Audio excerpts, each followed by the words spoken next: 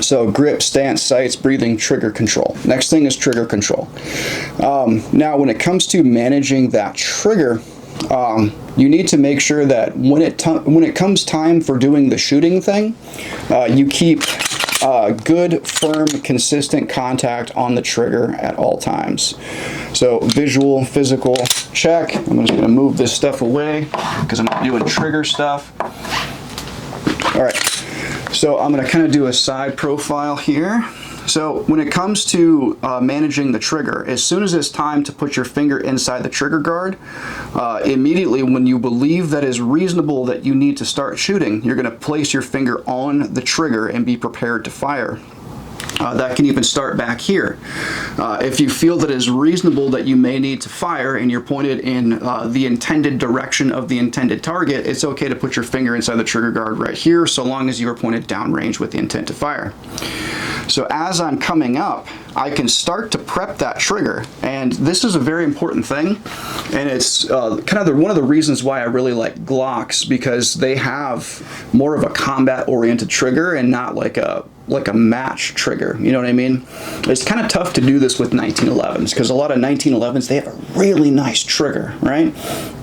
They're really made for kind of a precision shot, which is great.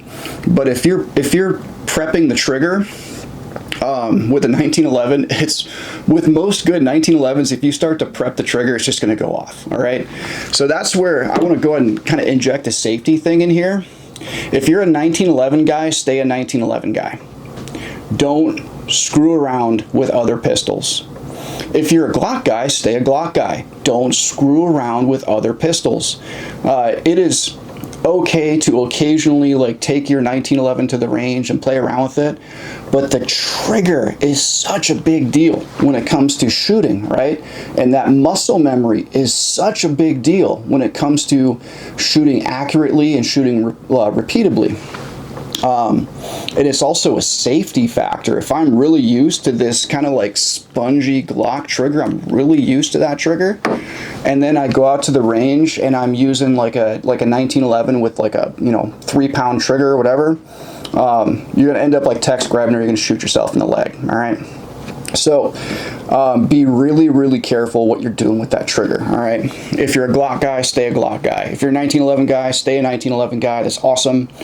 Just pick something that's reliable and that you can get really good with, and something that you can use safely. But if you're flip-flopping between different guns all the time, you're an ER visit waiting to happen, dude, okay? Just keep that in the back of your mind.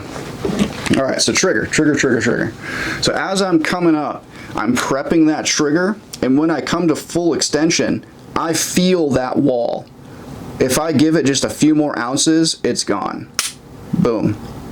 Now the gun's gonna cycle, boom, right? Now when it cycles, I'm gonna keep my finger on that trigger.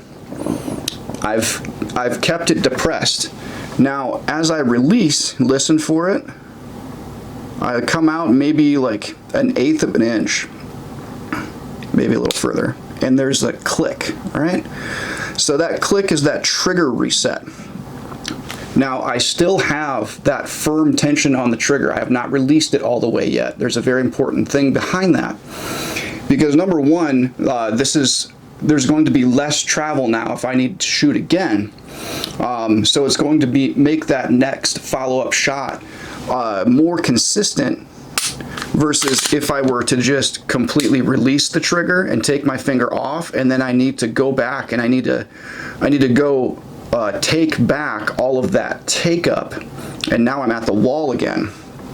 So if I just keep my finger on that trigger while it cycles, reset, pull,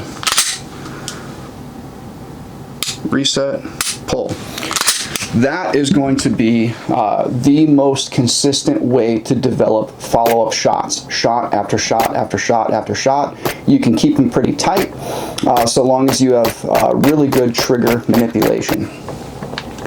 Now, mastering the trigger, I promise you, is going to be the most difficult thing that you do when it comes to marksmanship. The most difficult thing that you do.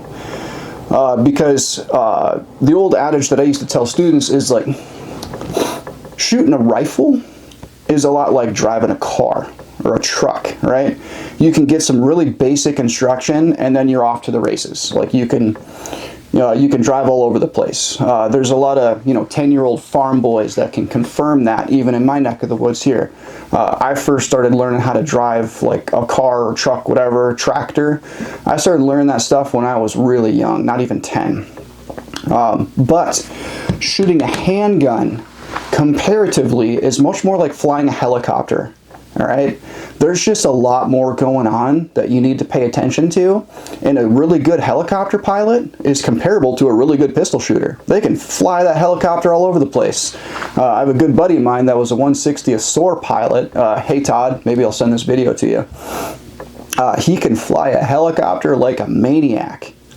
Because he's mastered the principles of avionics, and he can fly, or basically all of the manipulations of that helicopter is muscle memory.